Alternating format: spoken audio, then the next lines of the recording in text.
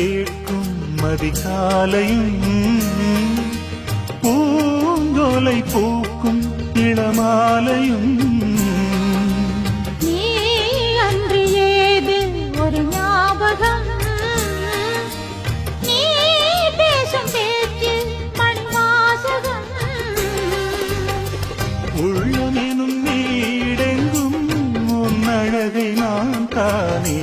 சித்திரத்தை போல் என்றும் ஒட்டி வைத்து பார்த்தேனே என்னை தழுவும் இளந்தளிரே உனக்கென நான் வாழ்கிறேன் மலரே செந்தல் பாடும்